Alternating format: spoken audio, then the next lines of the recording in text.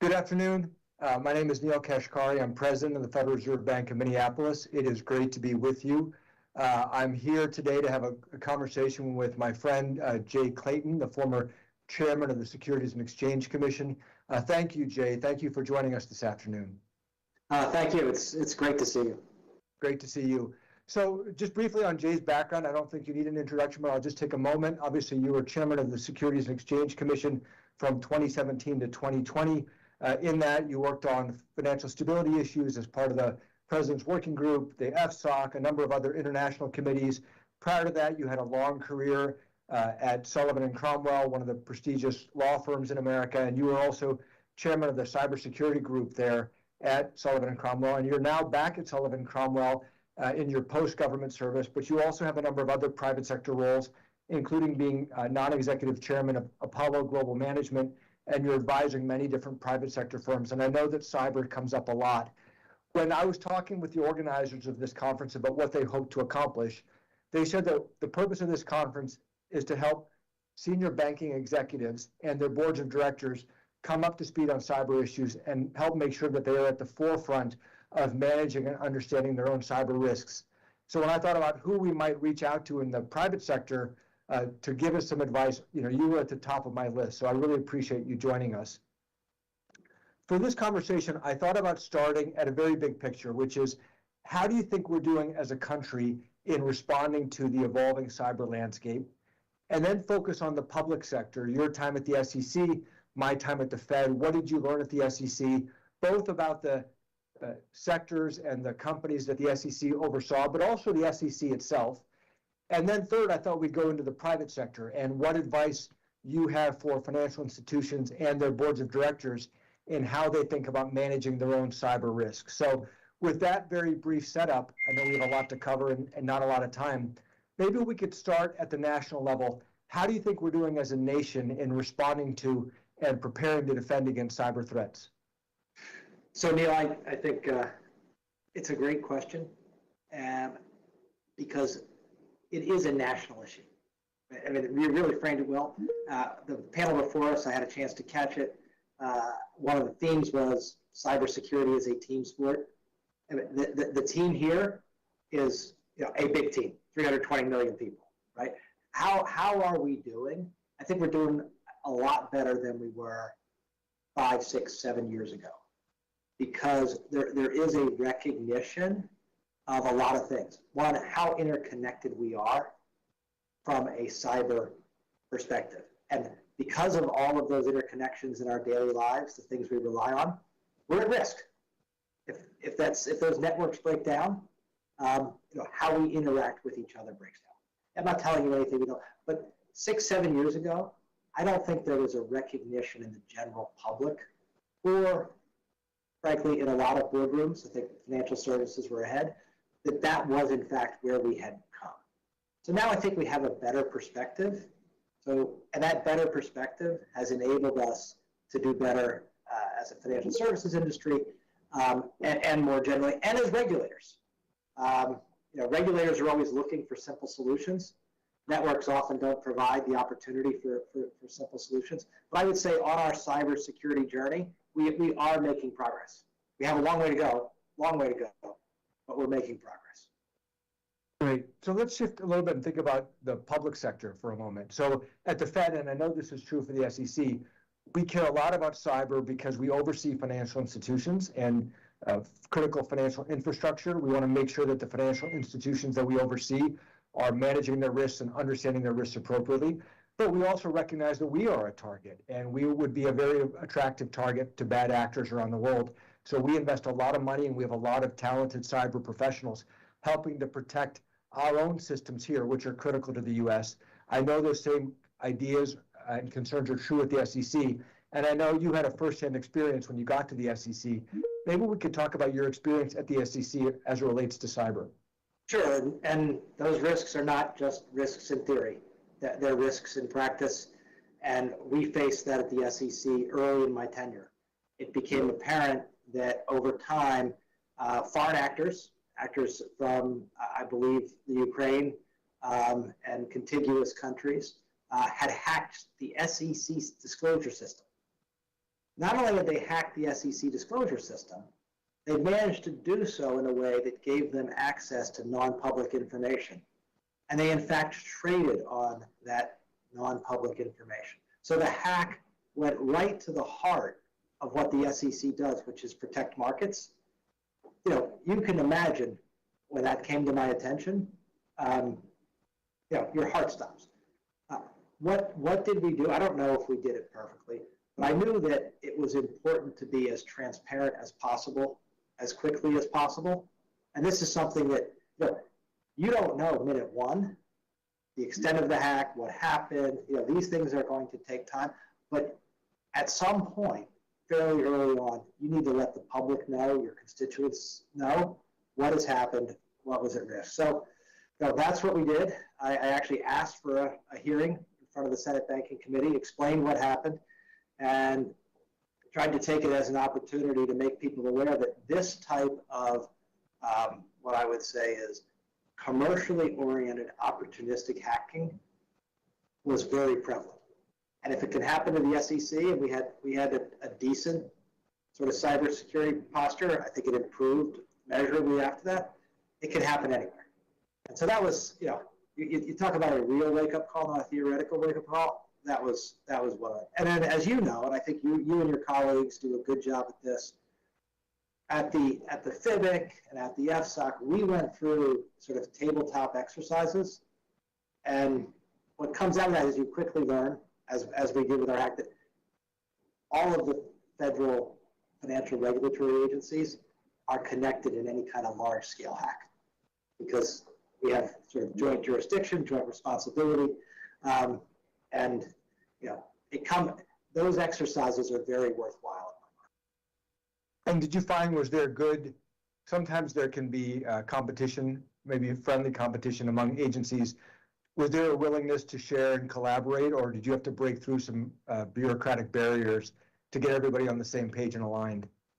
Yeah, I don't want to say that there were bureaucratic barriers, but that topic that we just discussed, which was the need for cooperation, was not something that was as well recognized as it would have been, as it would have been without the exercise. Like, let's just say, for example, we have a hack at a broker-dealer, but that broker-dealer at the SEC is sort of connected to the clearing systems or connected into a money center bank. The primary regulators for those entities, they need to know that they may be at risk due to some interconnection between the broker-dealer, kind of pure SEC regulation, and an entity that's primarily regulated by the Fed, and of course, any kind of national security type issue around that, the Treasury and the like. So I think over time, there's been a much greater recognition of how much we need to communicate among the regulators in any kind of significant cyber event. And do you think, one of the things that I've observed here at the Fed is the banks that we regulate, the bank holding companies, there's a whole different set of skills that we need when we're trying to look at it through the lens of cyber risk as opposed to traditional credit risk, as an example, which we're much better at and have a lot of experience. When you thought about the skills at the SEC, did you have to say, hey, look, we need to beef up our skills in this area for our own protection, but also for the financial markets that we supervise? No, I think that's exactly right, because you're conditioned, rightfully so, to look at the risks that you're charged with. And some cyber risks, due to these network effects, are actually new to the financial regulatory system. And I think that you needed to develop, in particular, what we just talked about, that ability to talk across agencies, get out the indicia of intrusion, get the information disseminated. And that took a change in mindset. Yeah, I can imagine. And one other just question about your time at the SEC as it relates to the SEC, and it's something that I struggle with here, and I imagine leaders of organization of all stripes struggle. How do you know if you're doing enough? Right? There's no limit to what you can do. You can always do more. You can always hire a few more security professionals. Obviously, you can't do that forever. At some point, you have to give yourself confidence that we're doing the right things. How did you think about, are we doing enough when you were there? Well, I think I'm a big believer in public-private sector communication, especially around these things. And one of the things is, okay, take one of, I don't want to pick a name, but take one of the international financial institutions that we all regulate. It's okay. In fact, you'd be crazy not to, as an agency head, having a dialogue with their cybersecurity teams to find out what threats they're seeing. Now we've set up some formal, what I would say is public-private communications channels. Very good. But having my people, I told my people at the SEC, you should feel comfortable to talk to the cybersecurity professionals in the private sector. That's not the same as talking to somebody who's has a deep commercial interest in a particular policy position. This is much more about the team sport attitudes, and I think that that's very important. Yeah, good point. So let's shift and let's think about financial institutions. You've been advising financial institutions for literally decades. You continue to now. When you think about, and there's going to be a range, right? The big global firms are going to have deep benches of cybersecurity experts, but you also have smaller firms that are also attractive targets, in often case because they don't have as rich a bench of cybersecurity experts. What advice do you start with when you're talking to a board of directors about the role of a board of directors and what they should be doing to make sure that the firm is taking the precautionary steps that they should be taking? Yeah, I think people have different ways of articulating how they see a board's role. Now, boards have fiduciary duties. They're there to represent shareholders and other constituencies and be there. I like to say it's really a twin role. It's oversight.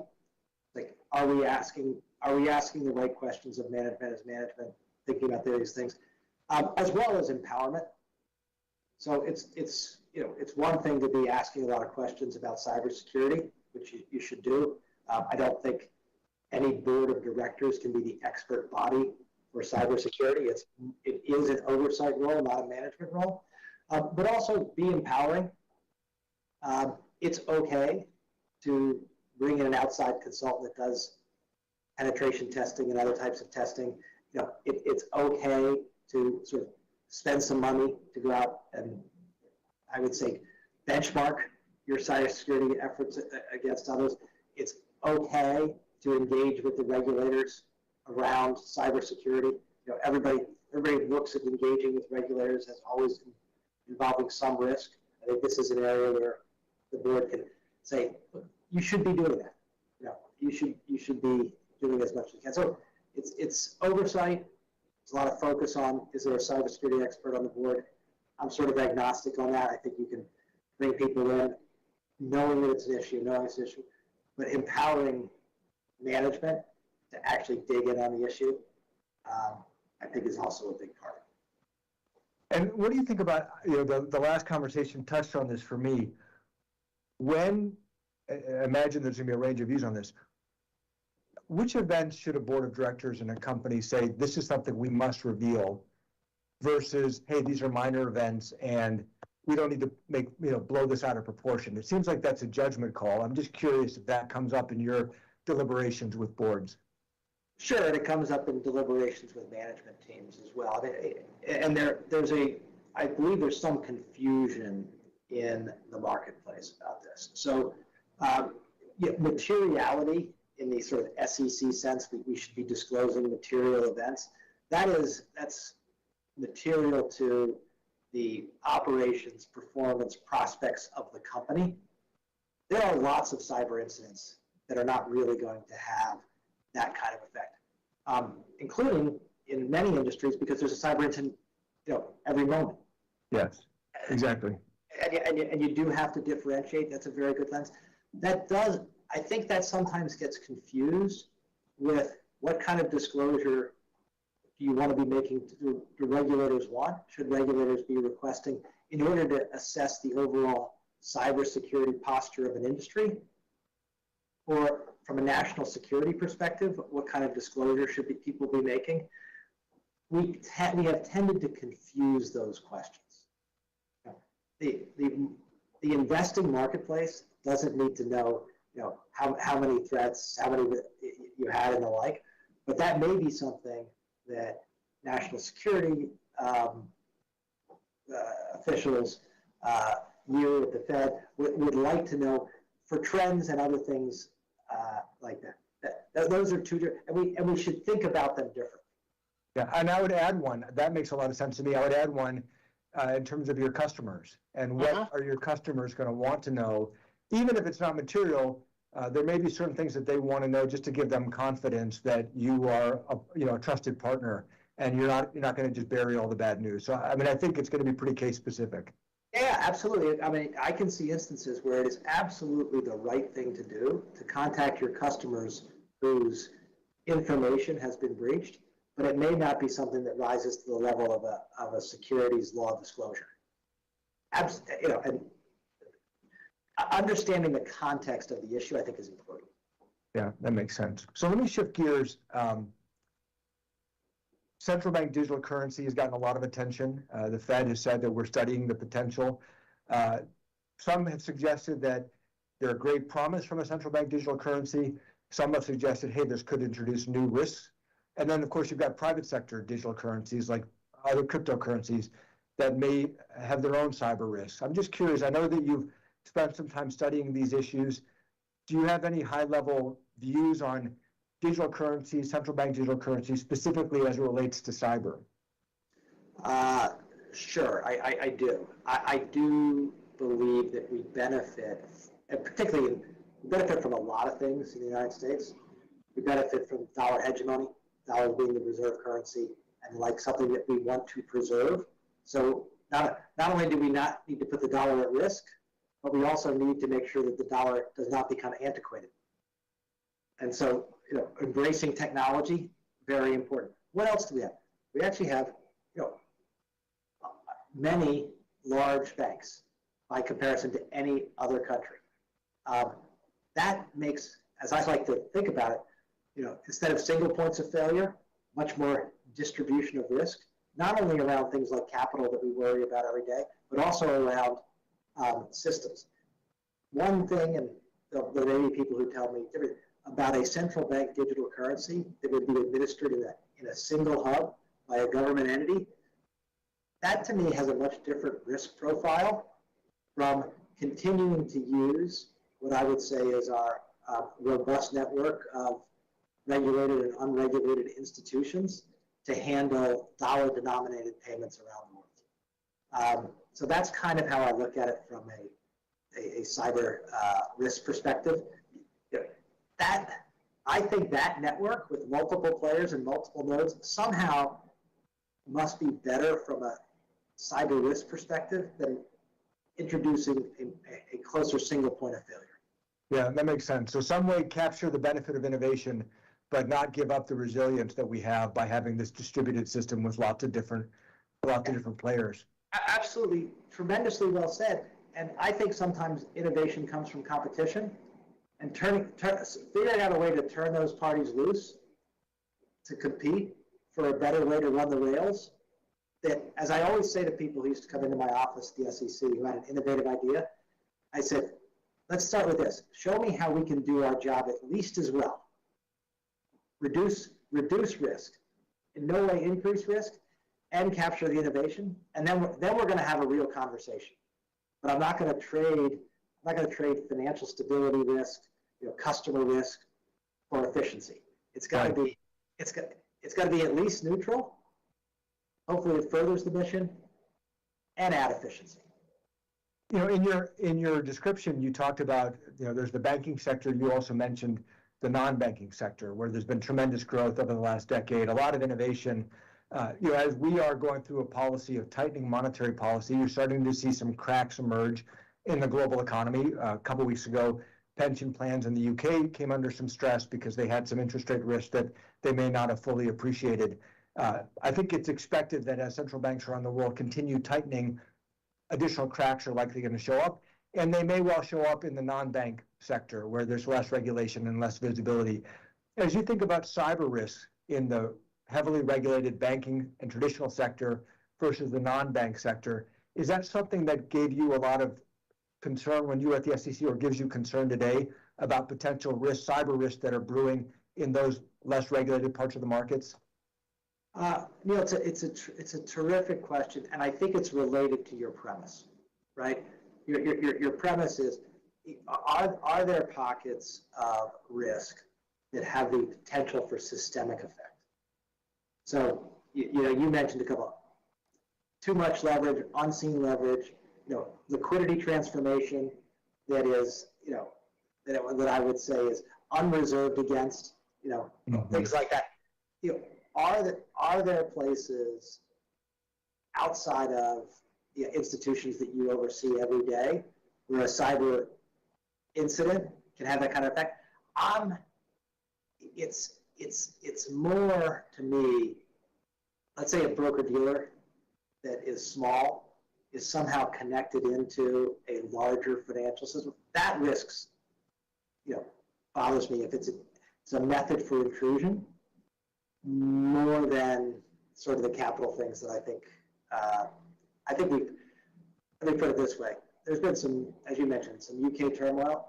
I think most people you talk to still consider the risks, but know that from a capital and liquidity perspective, we're in a much better position today than we were in 2007, 2008. So let me repeat it back to you in my own words and see if I capture the spirit of what you're saying. And that is, so say some small hedge fund is exposed and gets hacked. That's probably not going to be destabilizing for the U.S. financial system, as opposed to a broker-dealer that is much closer to the center and is connected to a lot of other financial institutions that potentially is riskier in terms of cyber risk spreading around the system. Is that a fair characterization? I think that's a fair way to look at it. Okay. I do. And but I also think that the amount of capital that we have now backing up the financial system makes some of these exogenous shocks, less impactful than they would have been in 2007, for example. Yeah, fair enough. So we only have. I think we've done it. You and your colleagues have done a good job of the core of the financial system being pretty darn resilient, which helps for these exogenous type risks. Fair. We have 5 or 7 minutes left. Let me just shift a little bit. So one of your newer roles is that you're the non-executive chairman of Apollo, a very large private equity firm. You all have a lot of portfolio companies.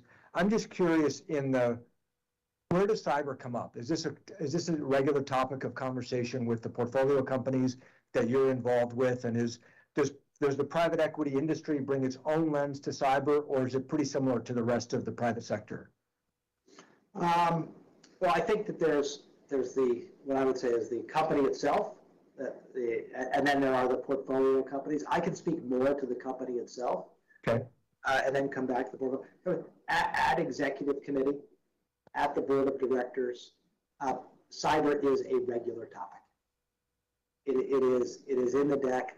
And going back to what I said at the beginning, I don't think the discussion is much different from it is at most places, which is it's a journey. We're all on this journey. We know we're going to have to upgrade, continuously be reviewing our systems. We need human talent. It is an area where there is a shortage of human talent. We all know that. And you talk about those kinds of issues. What I will say is that I think that exposure to those portfolio companies, and not just in the area of cyber, but in other risk areas, is actually beneficial, because you have all the insight into all of these different types of industries and the risks they face, which range from financial institution types to media to chemicals. All have cyber risks, but are a little bit different, and that sort of helps inform the discussion at what I would call the parent company, for lack of a better term. Got it. And just a couple minutes left. As you look around, the world is changing. I mean, you mentioned that Ukrainian hackers were part of the group that hacked the SEC. Obviously, the United States relationship to Ukraine is very different than it was 3 or 4 years ago. Sometimes state actors are on our side, and then the next day they might be on other sides. Is there anything else happening geopolitically that jumps out at you as saying, boy, this is a new area that we need to be focused on? I mean, when I think about cyber risk, I think about China, North Korea, Russia as the obvious actors. but are there other things that we all should be thinking about? Well, look, I don't like to be an alarmist. Sure. But I think what we have seen in the last 6 months is that there are groups, countries, factions, whatever you want to call it, who benefit from destabilization. Right? Some prices go up, some prices go down. Some people consolidate power, some people lose power, and the like. A large cyber incident is a destabilizing incident. And so to think that nefarious actors aren't thinking, can I profit from this type of thing? They're seeing that maybe they can. I think that we should be quite cognizant that that's in the toolbox of sophisticated world stage actors. Yeah, and to your point, it's a nice reminder. The motivation might be profit, but it also might just be destabilization itself, and that's an end in of itself. We run, and our colleagues around the system run economic scenarios of all sorts of different shocks that could hit the global economy. The nature of these shocks is usually the shock that hits you is not the one that you were looking for. That's kind of the tried and true. So, for example, all the different shocks that we've been looking at, we didn't have pandemic in 2020 as one of our top shocks, but of course the pandemic hit us. And we do try to model, what if there were a big cyber event? And it's just so hard to know. Does it end up being a pretty contained event, in which case it's not a big deal for the US economy or the global economy, or is it something much bigger, much more widespread? So these are, I think everybody struggles with this, and it goes back to where we started. How do you know if you're doing enough? One of the things that I've learned over and over from our cyber experts is the vast majority of hacks and compromises are when institutions don't do the basics. You don't do the basics well, and somebody's able to take advantage of that. It seems like it's much more rare that you have a highly sophisticated actor going through a very complex scheme to weave their way in. It does happen. Obviously, that does happen. But even if the banks that are watching this, that are participating in this conference, if they can just make sure that they are doing all of the basics well, it'll go a long way to making sure that they're protected against the vast majority of cyber risks. Yeah, I agree with everything. I agree with everything you said. You're paradigmatic as the sophisticated state actor, but some of the risks come in the most rudimentary ways. So when you looked at just to stay on the SEC for a moment in the last minute when we have left, when your team did a after action review to understand what had happened so those hackers could get it through, was it highly sophisticated, or was it basics of most blocking and tackling that many institutions come up short on? I think what I could say is it was a combination of both. The intrusion was the sort of type of basic failures. What they did with the intrusion was fairly sophisticated. Yeah. In order to not be detected and the like for some period of time. And I will say those exercises that you go through, even though they may not map to what actually happens, one thing in addition to communications that they reveal is authorities. And as a regulator, you're always wondering in a time of crisis, what authorities do I have, what don't I have? And just having familiarity with the tools that are available to you and your regulatory colleagues, I think is hugely valuable when you are faced with a unanticipated crisis. Great. Well, Jay, I want to thank you. This has been a great conversation. I knew you'd have a rich set of experiences from which to draw. We really appreciate you taking the time with us, and I thank you for that. And with that, I'm going to turn it back over to our host. So good to see everybody. Thank you.